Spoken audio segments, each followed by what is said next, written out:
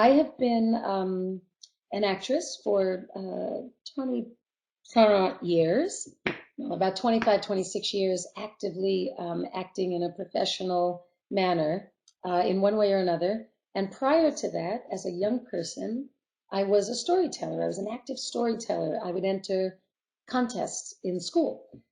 They still do them. I'm sure a lot of the people watching know what I'm talking about.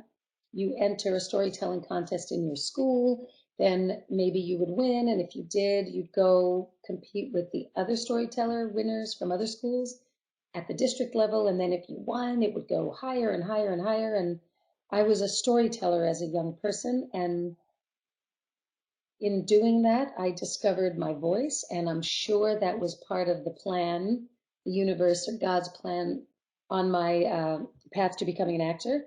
Because you have to feel somewhat confident that your voice matters and that it has a place in order to forge the life of an actress looking for jobs, as you can imagine.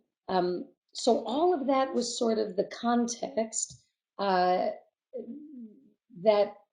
bred a bunch of ideas and feelings in me that young people and even grown-ups, I mean, I have best friends who are face down, glued to their digital devices and their iPads and their computers 24/7.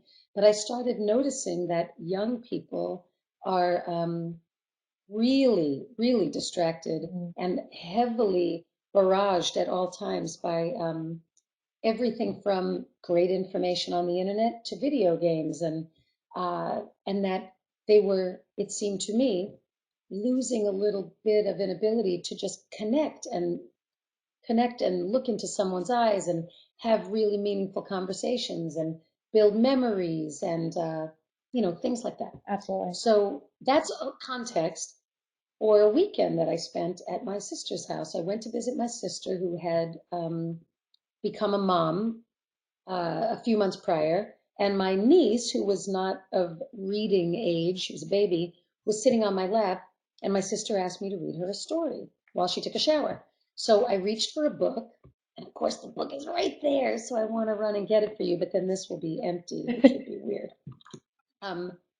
She asked me to read her a story, and I looked on the radiator next to where I was sitting because the bookshelf, which had like 300 children's books on it, was so far across the room, I didn't feel I could get up with the baby and get over there without disturbing the baby. Right. So I picked up the one book that was right near me, and it was a beautiful little book by Eric Carle, who's a wonderful children's book artist, of just these paintings of animals. And I was like, you're kidding me. Like there was no story to read. Right. So I went through each page of this book and wrote my own story. I just created my own story for what I saw happening in the pictures because I didn't want to bore my baby niece to death and I didn't want to bore myself to death. And then when this story was done, I thought, that's a pretty good story. I should call Eric Carle and we should collaborate. And then I was like, wait a minute. Children's books with beautiful pictures and no words that would inspire children to be able to write their own stories, right? So I had never started a business, and I asked my sister if these things existed, and she said she didn't know. And then I did research. I went to libraries and bookstores and looked online for books. There are lots of illustrated wordless books. They're just not meant for you to write in or create your own story for. Yeah. So anyway, I don't know. I had the idea, and then I sort of fiddled on a piece of paper with names for the company. And when I came up with the name, which is Right Brain Books, and it was available on GoDaddy, frankly, as a .com, I thought, I don't know what is happening, but I need to figure it out and not stop till it's something.